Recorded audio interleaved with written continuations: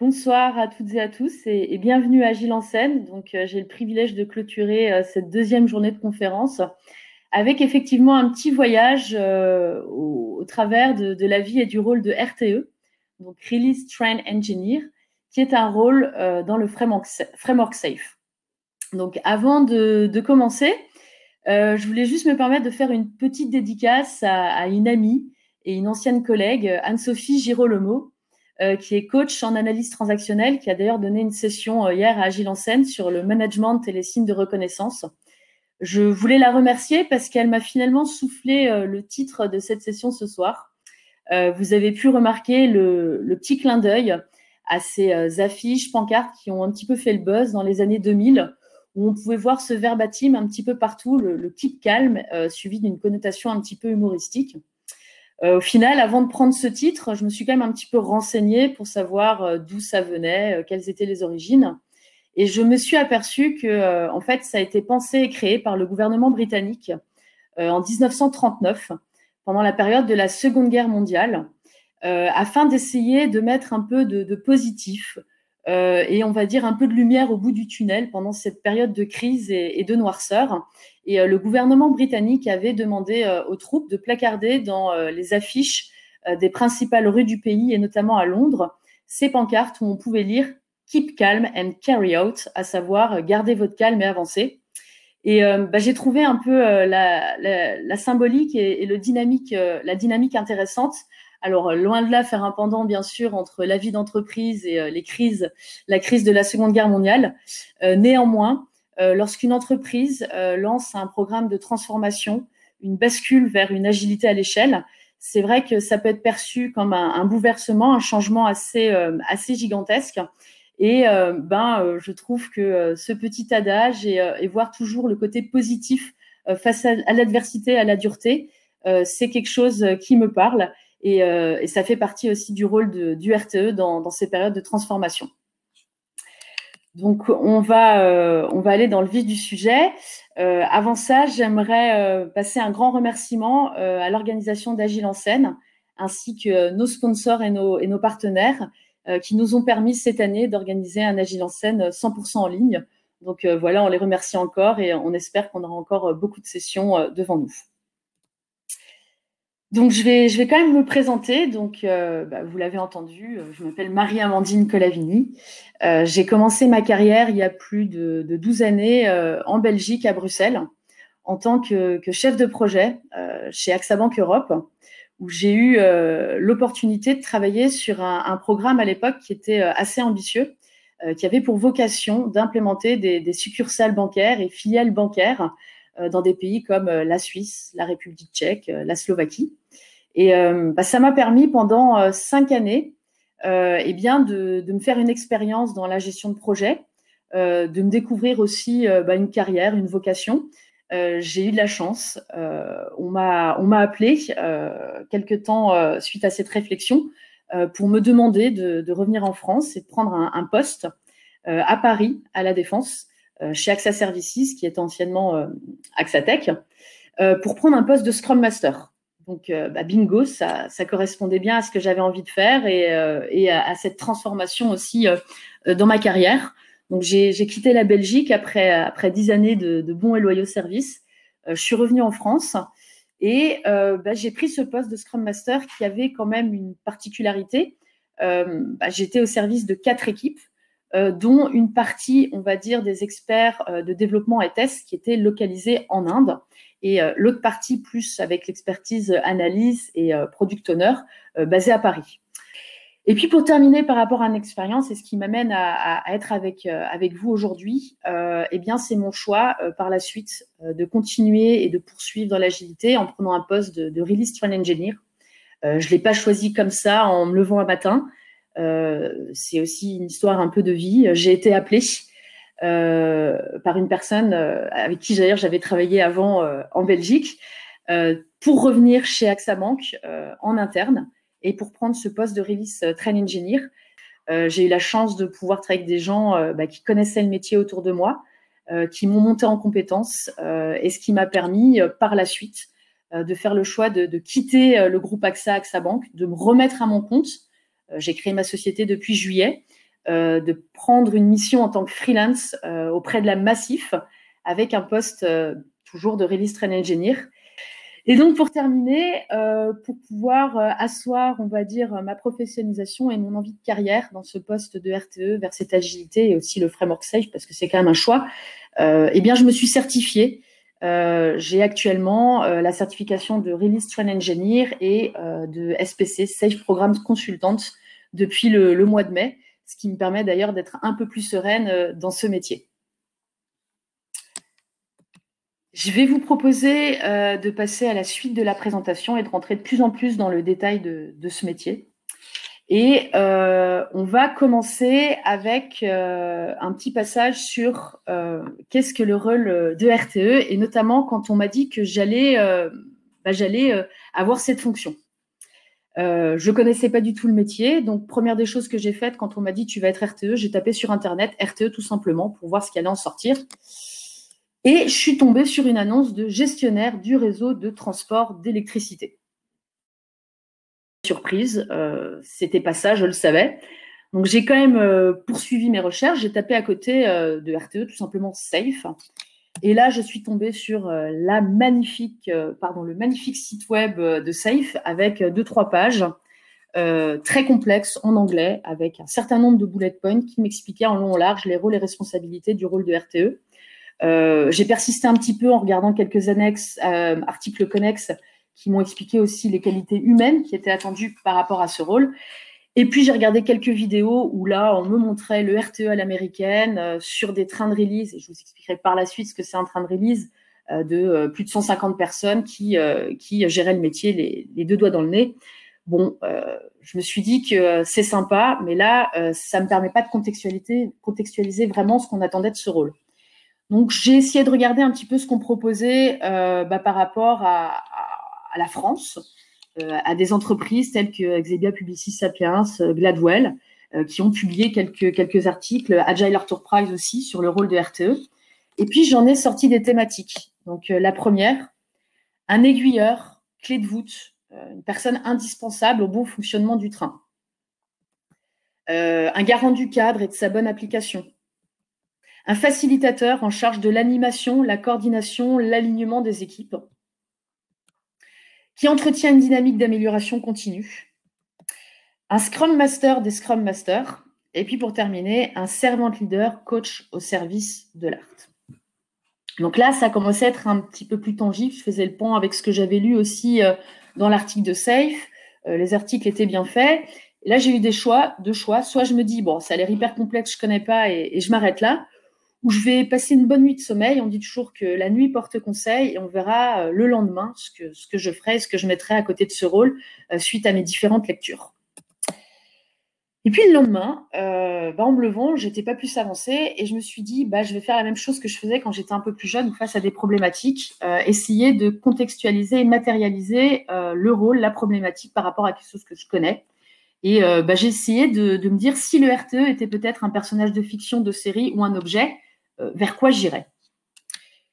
Et bon, la première chose qui m'est arrivée à l'esprit, et alors vous remarquerez les magnifiques montages photos, je remercie au passage Julien Luton-Baché, un photographe professionnel qui m'a aidé à faire ça, un ami. Donc je me permets de vous poser Mary Poppins. Pourquoi Mary Poppins? Ça a fait écho avec la thématique que j'avais vue plus tôt, le servant leader et coach au service du train. Si vous vous souvenez bien, Mary Poppins, alors certes, elle use un petit peu de magie pour se dépatouiller des situations difficiles, mais elle a quand même des grosses qualités d'écoute, d'empathie, et cette capacité à pouvoir responsabiliser les gens face à une problématique et les amener à trouver la solution par rapport à une situation difficile, en puisant au fond d'eux-mêmes et même en considérant l'ennemi qu'ils avaient en face d'eux comme leur ami pour pouvoir avancer et pouvoir facilement résoudre la problématique. Donc, j'ai trouvé ça assez intéressant par rapport à cette position de servant leader. Puis, ça me faisait rigoler. Je me suis dit aussi qu'un RTE, ça pouvait être Guy les bons tuyaux, si vous vous souvenez un petit peu de ce personnage de série de télévisée américaine qui était le pote de Starsky et Hutch et qui arrivait toujours dans une situation dramatique, à trouver du positif, à retourner le problème. Et puis, à aussi permettre à Starsky et Hutch, au sein d'introspective, d'essayer de trouver la cause essentielle de leurs problématiques et permettre par la suite de pouvoir éviter que les problématiques se reproduisent. Ça fait un petit peu écho avec ce rôle fort que le RTE a au niveau de la dynamique d'amélioration continue. Quand on a une problématique, on va poser le crayon, on va essayer de voir quelle est la root cause et comment on peut trouver des solutions pour s'en sortir et pour plus que ça se reproduise et être plus efficace par la suite. Et puis le dernier, c'est un petit clin d'œil aussi à ma carrière et quand j'ai commencé à travailler avec mes collègues en Inde, ça RTE, ça pourrait faire écho aussi un pendant avec Shiva. Pourquoi Shiva? Tout d'abord par les 3 connotations qu'on attribue à Shiva. C'est la destruction, l'illusion et l'ignorance. Alors, j'avoue, quand on parle de ces 3 mots, c'est pas tout à fait positif. Néanmoins, il faut le voir dans le sens que quand on veut provoquer un changement et une transformation profonde, il va falloir détruire, il va falloir partir d'une page blanche et accepter le fait que ce qu'on connaissait avant, c'était peut-être pas la vérité et qu'on était peut-être dans l'ignorance jusqu'à présent. Et donc, j'ai trouvé cette symbolique assez intéressante parce qu'effectivement, quand on va implémenter du SAFe, on va provoquer un bouleversement, un changement, une transformation. Et c'est vrai qu'il va falloir qu'on puisse avoir cette capacité de se dire on détruit pour refaire et on va dire se retourner vers un renouveau. Et puis, bien sûr, la dernière image, c'est tous ces bras, cette multiplication de bras. Vous allez le voir, le RTE est souvent au four et au moulin, à travailler sur différentes problématiques, à faciliter, synchroniser différentes équipes, différentes personnes. Et ça, il ne peut pas non plus le faire tout seul. Il a des relais forts, des extensions. Et ces bras peuvent représenter justement ces forts soutiens qu'il peut avoir dans son métier au quotidien, tels que les Scrum Masters, mais aussi les managers, les coachs. Et puis en dernier, pour clôturer un petit peu cette partie ludique, si on pouvait mettre un objet sur ce rôle, j'ai pensé au couteau suisse. Finalement, le couteau suisse, on l'a tous utilisé une fois dans sa vie. Il nous a tous sortis d'une situation un petit peu critique, difficile. C'est un outil qui est agréable, qu'on aime bien, qui rassure. Donc, je trouvais que ça allait plutôt bien avec l'image qu'on pouvait peut-être se faire d'un RTE. Donc, une fois qu'on s'est dit ça, on va aller un petit peu plus dans la théorie et dans le fil rouge de cette session, dans le rôle du RTE. Et pour être RTE, il faut quand même se former. Il y a première formation, quand on est un peu dans ma situation, quand on prenait un rôle du premier abord, c'était de faire une leading safe qui permet d'avoir quand même un petit état des lieux de ce que c'est que safe et toutes les pratiques liées à ce cadre. Et on a ça quand on fait une leading safe et par la suite, on va dire une certification de Release Train Engineer. Et je trouve que cette map représente bien en fait l'écosystème dans lequel interagit le RTE au quotidien. Et avant de passer dans le détail de cette map du rôle du RTE, je vais juste me permettre de repartager un petit peu 2 ou 3 explications sur SAFe parce que je sais qu'on a certaines personnes qui ne sont pas initiées dans la session ce soir. Donc, SAFe est tout simplement, je le vois de cette manière, comme un cadre de travail qui a été pensé, publié en 2011 par un Américain, Dean Leffingwell, et qui, depuis quelques années, est de plus en plus implémenté dans nos entreprises françaises, mais aussi institutions gouvernementales ou organisations publiques. Et c'est un cadre qui s'appuie sur différents principes, pratiques, valeurs, compétences, lean, agile, mais pas que, aussi sur des compétences pratiques DevOps et de design thinking, et permet aux entreprises de basculer vers une agilité à l'échelle, une agilité à tous les échelons, strates de l'organisation, en leur permettant de faciliter les étapes de leur flux de production. Et quand on entend flux de production, on pense à la conception, la réalisation et la mise à disposition donc, du produit, du service dans les mains du client et de l'utilisateur, et toujours en pensant à livrer un maximum de valeur à cet utilisateur. Donc, je ne vais pas aller plus loin dans les explications par rapport au framework SAFe. En ce qui concerne le fil rouge de cette session aujourd'hui, je vais vous proposer de naviguer un peu au sein de cette map.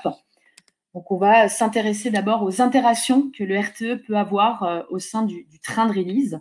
Alors, pour ceux qui ne savent pas ce que c'est qu'un train de release, c'est en fait une image qui permet de matérialiser les équipes, les acteurs qui vont travailler main dans la main avec un but commun, à savoir une création de valeur, donc une création de service ou de produit avec la meilleure qualité pour l'utilisateur. Et toutes ces personnes vont travailler dans une cadence avec des pratiques harmonisées. Et ça s'appelle un train de release. C'est donc les intervenants, le cadre qui est associé. Je vais matérialiser un petit peu ici. Vous le voyez là-haut avec ce petit train et les personnes qui sont là. Deuxième partie, on va dire, de la présentation. Une fois qu'on s'est intéressé aux interactions du RTE au quotidien dans ce train de release, on va s'intéresser à son rôle de garant du cadre et des pratiques. Vous allez voir que ce n'est pas toujours facile d'être l'ambassadeur du framework SAFe. On va aussi s'intéresser à l'amélioration continue et à cette dynamique qu'il porte à bout de bras. Pas tout seul, bien sûr, parce qu'il a plusieurs intervenants et personnes qui le supportent par rapport à ça. On va en parler un petit peu plus loin, notamment les Scrum Masters. On va aussi s'intéresser à la partie plus opérationnelle de son métier, dans la facilitation, l'animation et la synchronisation des équipes. Ça, c'est un grand pan du quotidien du RTE, de faciliter et synchroniser. Et puis, en dernier lieu, on va passer un peu de temps sur ce rôle de Scrum Master des Scrum Masters et puis cette notion de servant leader et coach au service du train. Avant d'aller dans le détail de ces blocs et de partager sur le détail de toutes ces compétences et qualités, je vais vous proposer une petite immersion dans la réalité du terrain. J'ai eu la chance donc de participer avec AXA Bank au lancement d'un train, mais aussi d'un PI Planning. Et là, je vais vous partager une vidéo qui va vous expliquer ce que c'est, on va dire, qu'un train de release, vous donner un peu plus d'explications sur le framework SAFe. Et pour information, un PI Planning, c'est une cérémonie assez importante, un temps fort dans un trimestre pour une organisation qui fait du SAFe, où on va demander à tous les intervenants du train de s'aligner pour définir la feuille de route sur le trimestre à venir et puis planifier aussi les fonctionnalités et bien, les évolutions apportées sur le service ou produit, bien sûr, avec toujours en tête le client final. Donc là, je vous propose cette petite vidéo et vous verrez que en tant que RTE à l'époque, je n'étais pas encore tout à fait à l'aise pour présenter et expliquer mon métier. Nous lançons aujourd'hui ce qu'on appelle le train de release de la banque. Nous avons réorganisé la DSI pour orienter tous ses collaborateurs vers des objectifs communs toutes les 10 semaines.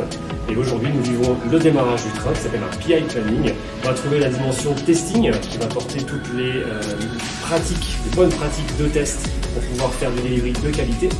Et on va porter toute la partie delivery qui va contenir l'intégration continue et le déploiement continu. Donc cette transformation est à la fois une transformation agile et une transformation DevOps. Mon rôle au sein de l'organisation DSI est d'encadrer l'ensemble des équipes du Solution Management, qui est donc une équipe transversale au sein de la DSI, qui a pour mission d'accompagner l'ensemble des lignes de métier, de maximiser la valeur qui sera délivrée par les roadmaps IT, d'assurer une animation globale de l'ensemble des compétences, d'assurer une cohérence entre nos plans stratégiques, notre capacité à faire et enfin notre stratégie d'architecture. Je suis en support au niveau de la coordination des équipes dans le train, la gestion des risques, la synchronisation au niveau des Kanban et tout ce qui peut aider à fluidifier le delivery au niveau des itérations sprint et notamment dans la préparation et l'exécution du PI Planning. Ce qui m'a beaucoup intéressé, c'est vraiment de voir toute la collaboration qu'il y a pu y avoir, non seulement à l'intérieur des équipes, mais également entre toutes les équipes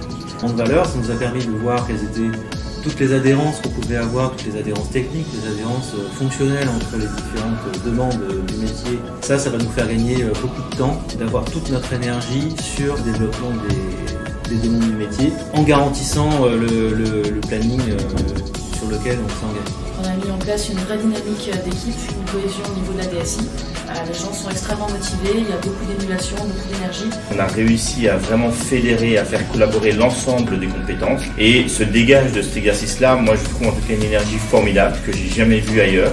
J'ai envie de dire d'abord c'est énergisant, enthousiasmant, un exercice de transparence où les équipes qu'on construit pour les 3 prochains mois, le plan de travail, l'ensemble des équipes ont une vue 360 de l'ensemble des activités, des risques, des dépendances et chacun dans ce dispositif mesure son rôle, son lien aux autres et le niveau de collaboration qu'il peut avoir. L'opération, je pense, est réussi. Je pense que c'est un nouveau souffle, un nouveau départ. Et maintenant l'enjeu va être de maintenir cette dynamique, cet enthousiasme.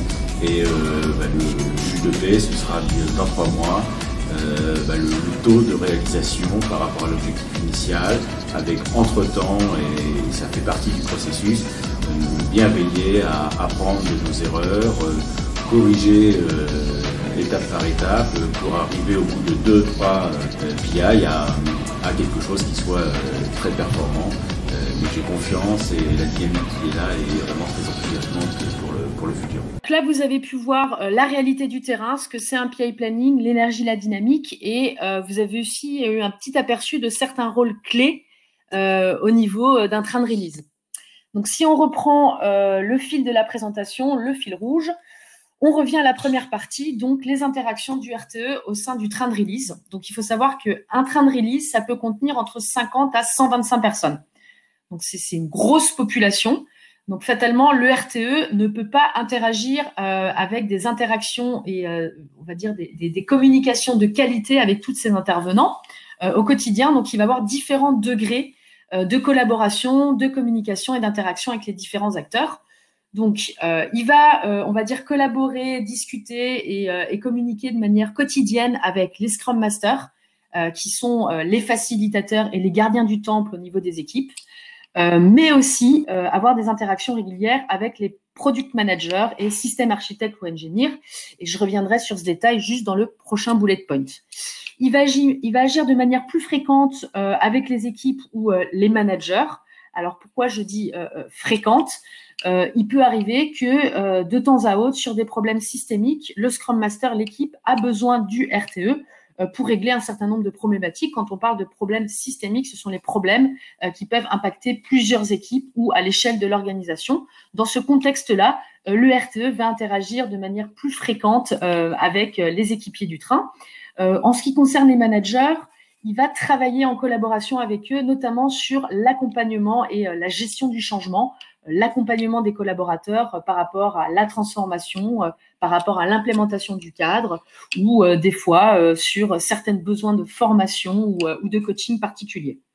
Et la dernière interaction qu'il peut avoir, degré un peu plus élevé, où il va interagir de manière ponctuelle avec ce qu'on appelle les business owners. Donc, c'est les interlocuteurs métiers et parties prenantes. Quand on parle de parties prenantes, ça peut être les fournisseurs internes ou externes du train qui vont donc, là, vous avez pu voir la cérémonie du PI Planning, mais qui vont participer justement à certaines cérémonies et aussi à la livraison, donc création de valeur de sa conception jusqu'à la mise en production et donc mise à disposition du client final. Quand on parle de parties prenantes, on ne doit pas seulement considérer les intervenants qui vont participer à la création de valeur en tant que telle, mais aussi considérer les personnes qui vont animer et promouvoir le cadre à l'extérieur du train. Et là, je fais référence en fait aux personnes, aux coachs ambassadeurs qui travaillent dans les centres agiles, donc LACE, dans le sens safe du terme. Le RTE peut être amené aussi à interagir avec ces personnes-là de manière ponctuelle sur certaines problématiques. Il y a une interaction qui est un peu particulière dans le quotidien du RTE, c'est le rôle de facilitateur qui va jouer dans le triptyque, le trio système architecte, engineer, product management. Pourquoi est-ce qu'il va avoir un rôle assez prépondérant et ce rôle de facilitateur assez clé? On a besoin dans l'organisation de pouvoir avoir des entrants pour les équipes, pour pouvoir créer, concevoir le produit. Les systèmes architectes, engineers et product management sont un peu, on va dire, portent la vision fonctionnelle et la vision technique de ce qui va se passer sur les trimestres et sur les réalisations. Donc, ce sont les rôles clés qui vont alimenter le programme backlog. C'est ce que vous voyez à côté. Un programme backlog, pour les gens qui ne sont pas tout à fait à l'aise avec le terme, on peut considérer que c'est un cahier des charges qui va contenir toute l'essature, en fait, toutes les fonctionnalités, mais aussi un moyen technique pour mener à bien la conception, la réalisation et la mise à disposition d'un produit ou d'une offre de service. Donc, dans ce triptyque-là, le RTE a un rôle d'équilibreur. Il va assurer qu'on ait toujours bien le bon dosage entre la vision d'entreprise qui porte les nouvelles fonctionnalités, les nouveaux produits à livrer aux clients, mais aussi le besoin, on va dire, technique de l'entreprise, d'avoir des technologies, nouvelles technologies à intégrer dans son parc applicatif pour pouvoir justement supporter cette notion de valeur, mais on va aussi s'intéresser en tant qu'RTE à laisser de la place pour tout ce qui est sujet de dette technique. On a généralement tendance dans les organisations à oublier un petit peu qu'il n'y a pas que la création de valeur, les nouveaux produits, mais on a aussi un système informatique à faire vivre, à faire évoluer. Et le rôle du RTE, c'est de pouvoir balancer justement entre ces deux rôles et d'avoir le bon degré, on va dire, à la fin, au niveau des fonctionnalités et matières à livrer pour l'entreprise. À côté de ça, quand on parle de rôle clé, et on va aller dans le détail maintenant, dans les prochains blocs, vous allez voir qu'il a un rôle à jouer sur l'implémentation et le maintien du cadre. J'en ai parlé de cette dynamique d'amélioration continue, on va en parler par la suite. Il synchronise beaucoup les équipes, ce rôle de facilitation d'animateur. Il a un rôle particulier aussi par rapport au Scrum Master et l'équipe de Scrum Master. Et on attend de lui une posture qu'on appelle de servant leader et là que j'ai mis en tant que coach safe, et j'expliquerai par la suite ce que j'entends par là. Donc, si on arrive à la deuxième partie de ses responsabilités en tant que garant du cadre et des pratiques, je sais de quoi je parle. Quand j'ai débuté mon métier de RTE, ça n'a pas été facile de pouvoir donner du sens au jour le jour sur pourquoi est-ce qu'on a mis en place une transformation, pourquoi est-ce qu'on va utiliser cette pratique, pourquoi est-ce qu'on doit avoir des pratiques harmonisées, un cadencement identique et une synchronisation aussi poussée et rigoureuse. Première des choses qu'il faut savoir, c'est que dans le cadre, le framework SAFE, il y a un certain nombre de principes, 10, des core values, 4, 7 core compétences, on va dire domaine clé de compétences. C'est une boîte à outils qui est fantastique, mais qui est très vaste. Pour être honnête avec vous aujourd'hui, je ne maîtrise pas encore toute, on va dire, la machinerie. J'ai des appétences pour certains sujets que je commence à pouvoir utiliser et jongler pour pouvoir donner du sens au jour le jour dans mon travail. Mais c'est une machine qui est très vaste et ça nécessite du recul et de pouvoir aussi avoir cette capacité à contextualiser pour pouvoir maîtriser ce cadre. Pourquoi est-ce qu'il est important de le maîtriser? Pour sa bonne application. Il faut savoir que SAFE, c'est une machinerie extrêmement bien huilée, mais qui nécessite d'utiliser chaque pratique et, on va dire, à sa juste mesure et juste valeur. C'est Jeff Sutherland qui avait expliqué que quand on fait du SAFE, on ne fait pas de la cuisine, mais on fait de la pâtisserie. Chaque ingrédient est dosé au millimètre près, et si on veut avoir son Saint-Honoré ou à la fin son magnifique, peut-être, on va dire, millefeuille, il va falloir respecter la recette. Là, c'est la même chose. Il y a, pour vous donner un exemple, une core value que j'affectionne en fait particulièrement, qui est pour moi en fait la transparence, parce que cette valeur de transparence, elle permet au RTE de pouvoir dépatouiller pas mal de choses, notamment quand on parle d'amélioration continue et qu'on a besoin de pouvoir améliorer des process ou des flux. La première chose qu'on doit pouvoir faire, c'est se dire qu'est-ce qu'on veut améliorer. Et pour pouvoir savoir ce qu'on veut améliorer, il faut avoir de la visibilité. Et pour rendre visible, il faut être d'accord de pouvoir donner de la transparence sur les flux, les pratiques, mais aussi des fois des statuts d'avancement sur la valeur que nous sommes en train de créer. Deuxième principe que j'aime beaucoup aussi et qui m'a permis des fois de pouvoir mener des discussions avec mes pairs agilistes, c'est quand j'entends le framework SAFE est souvent un petit peu décrié de temps à autre et on peut lui coller une étiquette de c'est une grosse machine qui va enlever l'autonomie. On n'a plus d'autonomie quand on rentre dans la machine SAFE. Je suis pas tout à fait d'accord et à l'aise avec ça. Il y a quand même un principe de SAFE qui parle de décentralisation de la prise de décision qui est là justement pour permettre de donner de l'autonomie à toute personne sachante et aux différents échelons et strates de l'organisation. Et pour vous donner un exemple très simple, où on laisse de l'autonomie à différents échelons. Si on prend lors d'un trimestre la dernière itération du trimestre, qu'on appelle l'IP Iteration, on va laisser la possibilité aux équipes sur un certain temps de pouvoir faire un peu d'innovation et d'avoir la possibilité, l'autonomie de choisir certains sujets sur lesquels ils vont pouvoir travailler. Alors, bien sûr, à moindre mesure, parce que des fois, on a des organisations aussi qui prennent le pli pour imposer des sujets, mais néanmoins, on a cette dynamique de laisser cette autonomie. Et on va dire, j'ai trouvé ça intéressant au fur et à mesure de rentrer dans le cadre, de pouvoir me dire que en maîtrisant les valeurs, les principes, on a possibilité à débattre et à des fois convaincre les personnes des bénéfices de ce cadre. Et dernière chose qui est importante aussi, quand on parle de gardien du cadre et des pratiques, il faut pas oublier la documentation. C'est pas parce qu'on fait de l'agilité ou du SAFE qu'il y a quand même un petit degré de documentation à mettre en place. Safe est très, très bien documenté avec le site web. Vous avez tout en anglais, une grosse batterie d'informations. Néanmoins, c'est important pour les organisations de pouvoir contextualiser avec le terrain. Et c'est vrai qu'en tant que RTE, en tout cas de mon côté, je mets une dynamique pour pouvoir impulser cette notion de documentation et aussi de co-construire la documentation, de ne pas le faire toute seule dans mon coin. Cette documentation par rapport au cadre, ça se fait en collaboration avec les Scrum Masters, qui sont un peu le gardien du temple au niveau des équipes, mais ça se fait aussi avec certains rôles clés au niveau de l'organisation, tels que les PM ou des fois des rôles analystes ou XUI quand on a besoin de craquer certains sujets sur des livrables ou choses particulières. Et quand je parlais de l'alignement et de l'harmonisation des pratiques, il faut savoir que c'est pas non plus toujours facile de pouvoir mettre en place cette harmonisation et ce cadre. On peut arriver souvent, quand on met du safe, à ce que des équipes se sentent un peu frustrées. Elles avaient une manière de travailler avant qui fonctionnait plutôt bien et du jour au lendemain, on va leur demander de se mettre à la page, de s'aligner avec d'autres équipes. Y a un rationnel derrière, il y a quand même un objectif. C'est déjà d'arriver à amener une maturité et une professionnalisation de toutes les équipes avec le même cadence et au même niveau.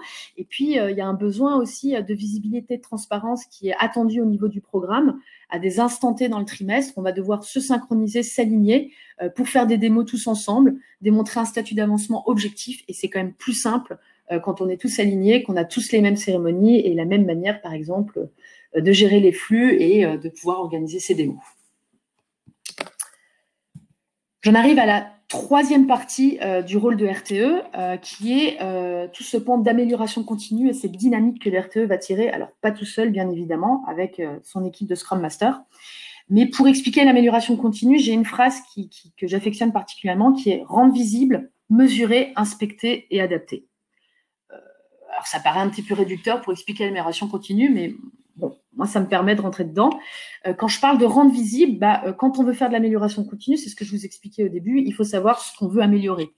Donc, pour pouvoir améliorer, il faut d'abord rendre visible. Ça va passer par les flux, les étapes de production, à travers les Kanban qui permettent de rendre visible justement ces étapes-là, mais aussi les définitions d'offre ready et done, les entrants et sortants qui sont nécessaires pour chaque étape.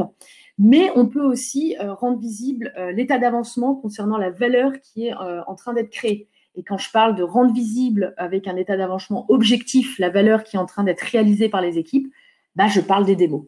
Donc ça, c'est la partie rendre visible pour savoir qu'est-ce qu'on veut améliorer. Une fois qu'on a rendu visible, il faut pouvoir mesurer. Et on va pouvoir mesurer en s'appuyant sur plusieurs choses.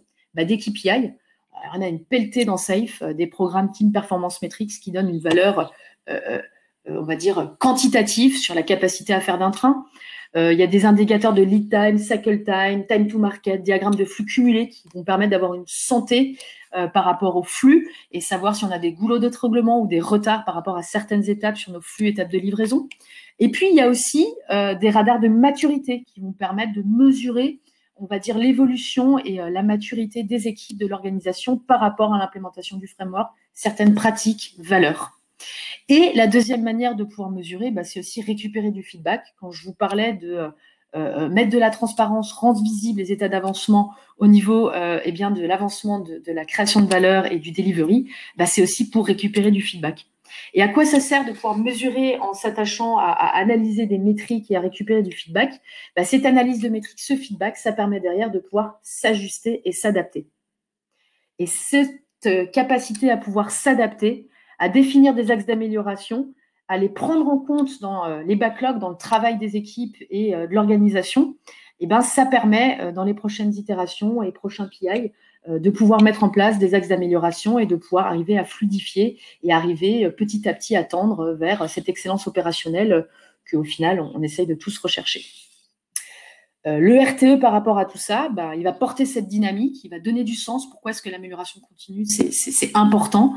Il va s'attacher à ce que certaines cérémonies, on va y arriver juste dans la suite de la présentation, qu'il y ait bien certaines cérémonies qui permettent justement de mettre en place et de suivre cette dynamique d'amélioration continue.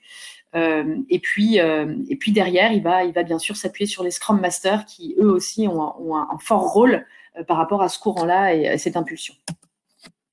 Quatrième partie du rôle du RTE, c'est son rôle plus opérationnel en tant que facilitateur, animateur et toute la synchronisation et alignement des équipes. Donc, vous allez voir qu'il y a 2 niveaux, en fait, de cérémonie, on va dire de typologie de cérémonie. Il y a les cérémonies au niveau du train. C'est celles que vous voyez tout au long du cycle en noir. Ces cérémonies-là sont à la charge du RTE. Ce sont des cérémonies qui ont pour but d'aligner, de synchroniser les équipes sur la préparation et on va dire l'exécution du PI en cours.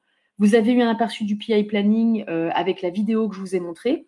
Le pendant de cette cérémonie à la fin du trimestre, c'est la cérémonie d'Inspect et Adapt, qui, elle, va être la cérémonie de clôture où toutes les parties prenantes, équipes du train, vont montrer le réalisé au regard des engagements qui avaient été fixés, bien sûr, pendant le PI planning.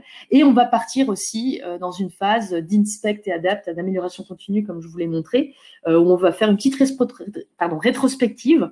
On va s'interroger sur le trimestre, la manière dont on a livré les fonctionnalités, le service, dont on s'est aligné, et voir s'il y a peut-être des axes d'amélioration à apporter sur certaines pratiques. Ce qu'il faut savoir au sein de toutes ces cérémonies, c'est qu'il y a toujours cet objectif de synchronisation, d'alignement, de transparence sur le statut d'avancement, de préparation, et toujours ce but de derrière en tirer des conséquences et de pouvoir s'améliorer. Il y a 2 cérémonies en tant que RTE que je trouve difficiles à organiser. Alors, vous allez peut-être penser que je vais vous parler du PI planning, mais en fait, pas tant que ça. C'est plus la cérémonie d'Inspect et Adapt et la cérémonie de système démo. Pourquoi ? Inspect et Adapt, ça arrive à la fin de l'incrément. Les gens commencent à être un petit peu fatigués après la cadence, le trimestre, le rythme. Et c'est vrai que encore devoir mettre de l'énergie pour s'aligner, préparer une cérémonie, on va devoir démontrer des choses. Des fois, c'est perçu un peu comme voilà, le dernier coup près. C'est toujours assez difficile aussi de refaire venir les interlocuteurs métiers pour leur dire voilà, on va vous montrer le réalisé. C'est le moment où on va partager, récupérer du feedback qui permet aussi de s'ajuster sur les prochains incréments. C'est toujours une machinerie difficile à organiser, mais on doit la faire parce qu'elle est importante. Et la deuxième cérémonie qui est difficile, c'est la système démo. C'est une cérémonie qui arrive après chaque fin d'itération pendant le trimestre, après chaque fin de période de 2 ou 3 semaines. Ça dépend de la durée des itérations que les organisations mettent en place. Et ces systèmes démo sont là pour vraiment donner justement cet état d'avancement objectif dont je vous parlais avant, de pouvoir, sur des cycles courts, rapidement montrer au train, aux interlocuteurs métiers, où on en est sur la réalisation et est-ce qu'on est toujours dans les clous par rapport aux attentes du client final et de ce qu'on avait prévu. Et c'est vrai que ces systèmes démo, c'est jamais une sinécure. Il faut expliquer aux équipes pourquoi on met encore une démo alors qu'ils font déjà des démos au sein de leurs équipes, quelle est la valeur ajoutée, et puis arriver à mettre une dynamique par rapport à ça. Et le dernier point, le RTE, donc facilitateur, animateur au niveau de ces cérémonies du train. Par contre, il va avoir un rôle plutôt d'auditeur, d'observateur au sein des cérémonies d'équipe. Et pourquoi un auditeur observateur ? C'est pas pour fliquer ou pour contrôler ce que fait le Scrum Master. C'est juste pour se faire toujours une idée du terrain et puis des fois pour aussi faciliter et fournir une aide au Scrum Master quand il a des problématiques par rapport à certaines cérémonies ou des choses qui sont difficiles. Dernier point, le RTE, dans un contexte, on va dire, d'une large solution, il faut savoir que SAFe a différentes configurations, différents niveaux. Et quand on implémente du SAFe pour une large solution, on n'a pas un seul train de delivery, mais plusieurs. On va avoir, en tant que RTE, peut-être des synchronisations supplémentaires, des alignements à faire avec son pendant qui est le Solution Train Engineer ou d'autres cérémonies au niveau de la solution. Et dernière chose que je voulais vous dire par rapport à ce pan opérationnel et ce rôle de facilitateur et d'animation, c'est quelque chose qui est assez compliqué, notamment au niveau des cérémonies de train, parce qu'on a souvent beaucoup d'interlocuteurs. Et donc, c'est vrai que d'un point de vue RTE, arriver à mettre de l'intelligence collective, synchroniser quand on a 20, 30 ou 40 personnes dans une salle, c'est pas toujours facile. On doit essayer de s'appuyer aussi sur ces Scrum Masters de temps en temps. Et puis, il faut faire preuve des fois de résilience et tenir bon. Il nous reste 2 pans par rapport au rôle de RTE, la notion de Scrum Master des Scrum Masters. On entend souvent ça par rapport à un Release Train Engineer, c'est le Scrum Master en chef. Qu'est-ce que ça veut dire par rapport à ça ? Eh bien, tout simplement que le RTE, effectivement, dans son rôle de facilitateur, de gardien du temps, de gardien du cadre, dans son pan d'amélioration continue, toute cette dynamique qu'il porte, la facilitation, synchronisation des équipes, il va le faire à une échelle un peu plus, on va dire, vaste ou étendu que le Scrum Master. Et c'est pour ça qu'on lui donne ce rôle de Scrum Master en Scrum Master. Le RTE au quotidien va s'appuyer beaucoup sur cette équipe. Les Scrum Masters sont les bras droits du RTE. En tout cas, de mon côté, je les considère comme mes bras droits. Ils sont indispensables au bon fonctionnement des équipes. Aussi de pouvoir promouvoir et continuer à faire appliquer le cadre. Ils vont donner du sens au quotidien auprès des équipes, aider à l'harmonisation et à l'alignement des pratiques.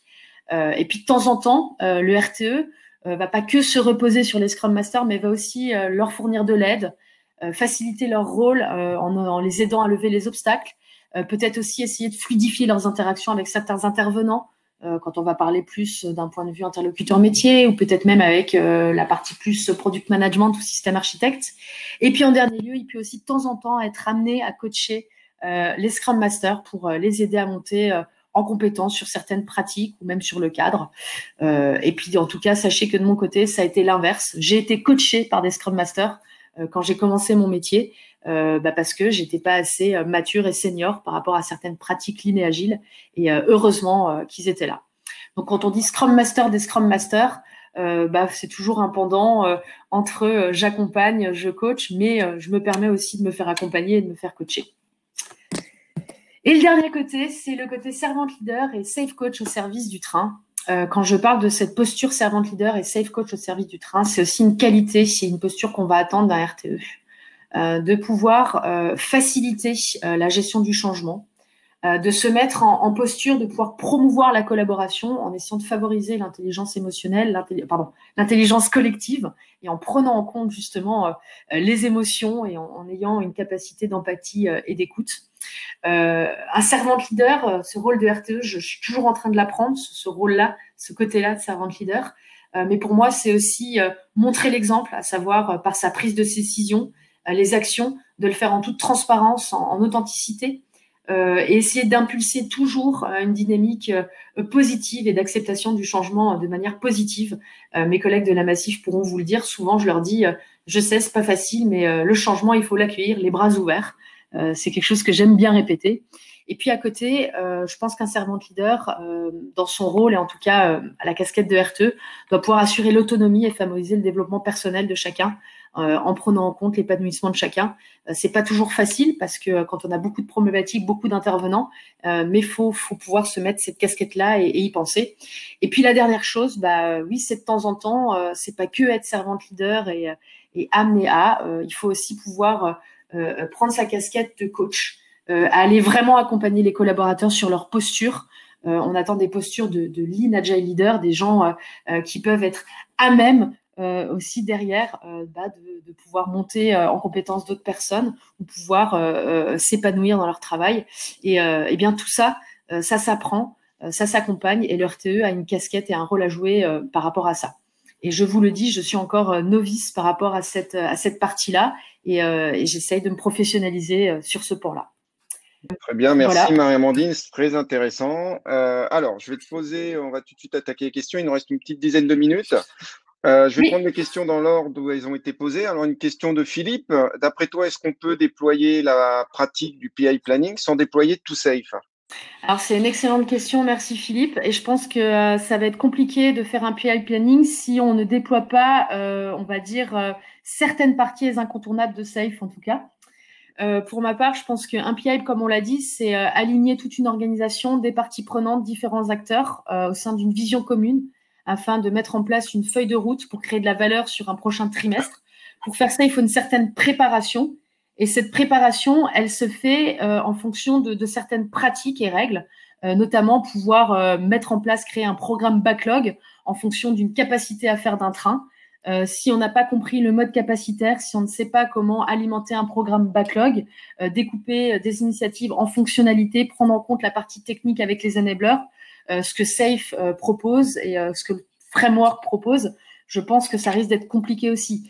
Il y a un certain nombre de techniques à l'intérieur de cette cérémonie de PI Planning, des team breakout, qui nécessitent un certain nombre de règles et de livrables qui sont attendus à la sortie du PI Planning, qui, je pense, serait difficile de le faire si on n'a pas le pont d'accompagnement, le framework à côté qui explique pourquoi on le fait, qu'est-ce que sont les objectifs de PI et où on va. Merci.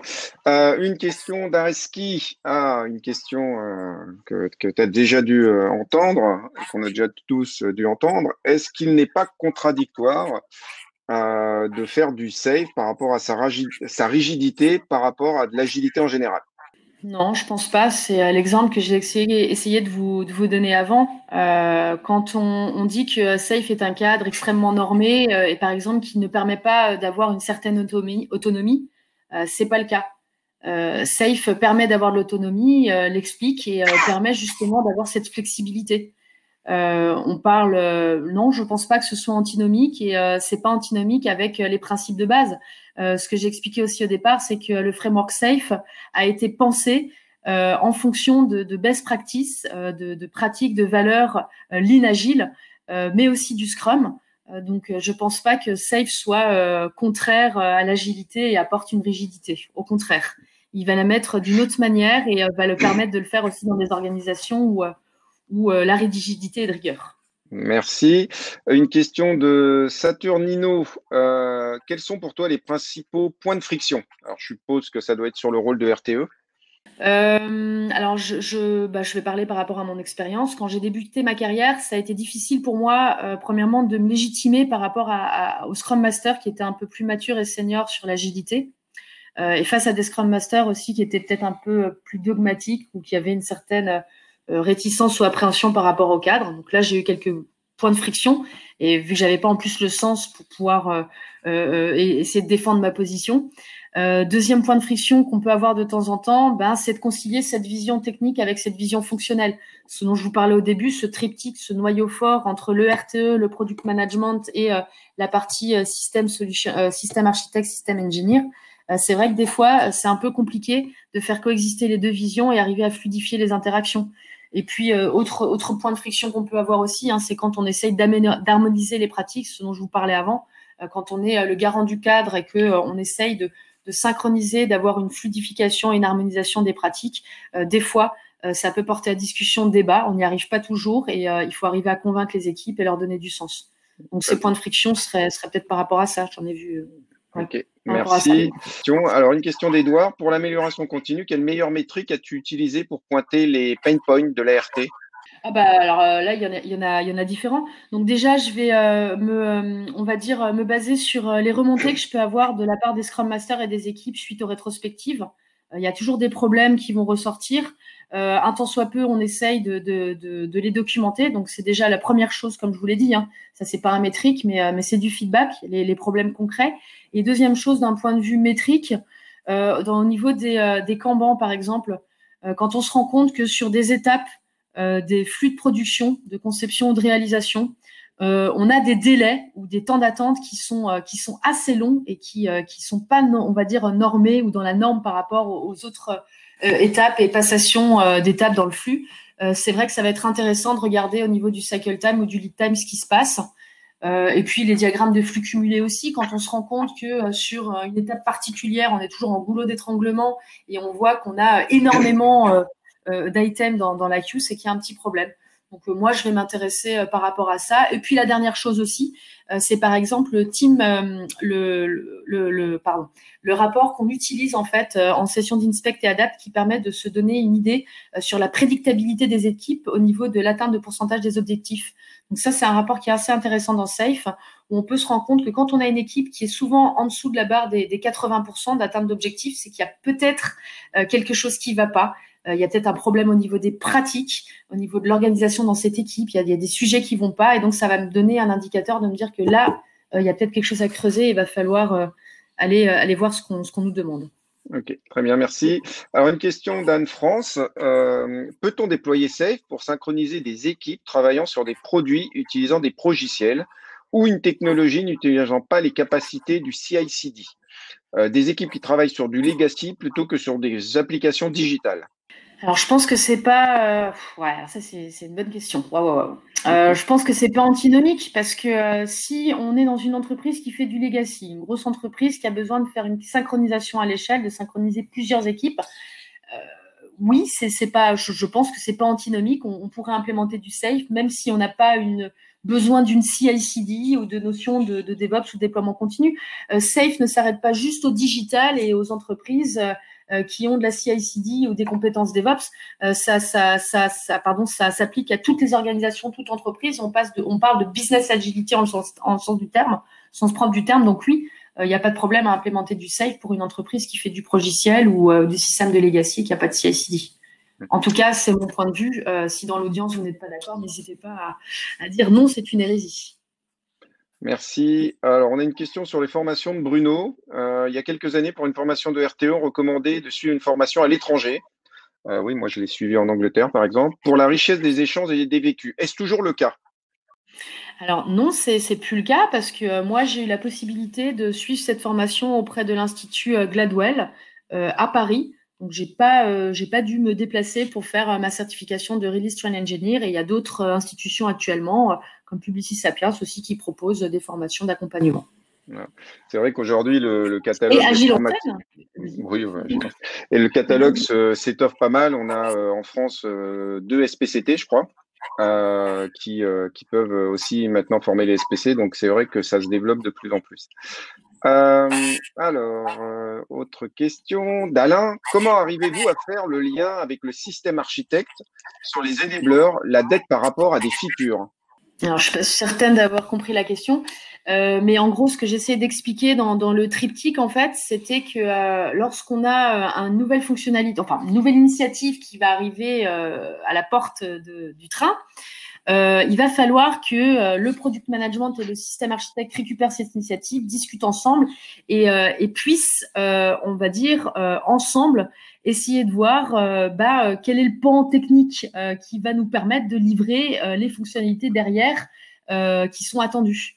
Alors, je ne sais pas si je réponds correctement, mais faire le lien, il y a différentes cérémonies qui permettent de faire le lien entre le PM et, on va dire, l'architecte, notamment en préparation de PI planning, quand on va arriver aux ateliers de priorisation de WJF, bien oui, on va demander au product manager, au système architecte, tous ensemble, de pouvoir s'aligner pour faire ces sessions de macro-chiffrage pour séquencer et prioriser le backlog. Il y a d'autres cérémonies, notamment lors de la création des roadmaps, où on va pouvoir faire coexister et, on va dire, interagir les PM et les systèmes architectes, pouvoir trouver le bon dosage entre le besoin fonctionnel et cette vision technique. Et généralement, voilà, bon, je m'arrête là, mais je pense que voilà. Merci. Et oui, et juste une précision, j'avais dit 2 SPCT en France, Johan me reprend 3 SPCT. Effectivement, Étienne Riverdière a été SPCT il n'y a pas très longtemps, c'est vrai, donc bravo à lui. Alors, une question de Samuel, RTE, comment rester proche du terrain tout en gagnant en responsabilité? Ok. Tout en gagnant en responsabilité proche du terrain. Je ne suis pas certaine de voir la question, mais néanmoins, en tant qu'RTE, je me considère proche du terrain parce que j'ai justement une collaboration avec des Scrum Masters qui sont, comme je l'ai expliqué, mon bras droit auprès des équipes. J'ai entièrement confiance en tant qu'RTE en l'équipe de Scrum Master avec qui je travaille, qui me permettent d'avoir toujours ce lien vers le terrain. Et puis, comme je l'ai expliqué, de temps en temps, RTE, il a aussi besoin de descendre dans les équipes pour avoir du contexte. Ça fait du bien de reprendre du contexte. Et comme je vous l'ai dit, quand il y a des problématiques qui touchent différentes équipes ou qu'un Scrum Master peut être en difficulté, le RTE redescend, va voir les équipes, discute et interagit avec eux. Voilà. Le lien, je l'ai par les Scrum Master et ma volonté. Une question de Saturnino. Comment la sécurité des équipes est-elle préservée?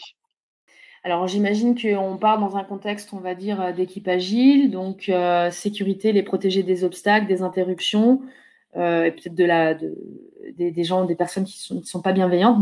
Pareil que dans du Scrum ou de l'agilité qui n'est pas à l'échelle. Le Scrum Master est quand même censé être le gardien du temple, le facilitateur qui va protéger l'équipe. Donc, on va garantir la sécurité des équipes sur leur autonomie et leur, on va dire, environnement de travail par rapport au Scrum Master.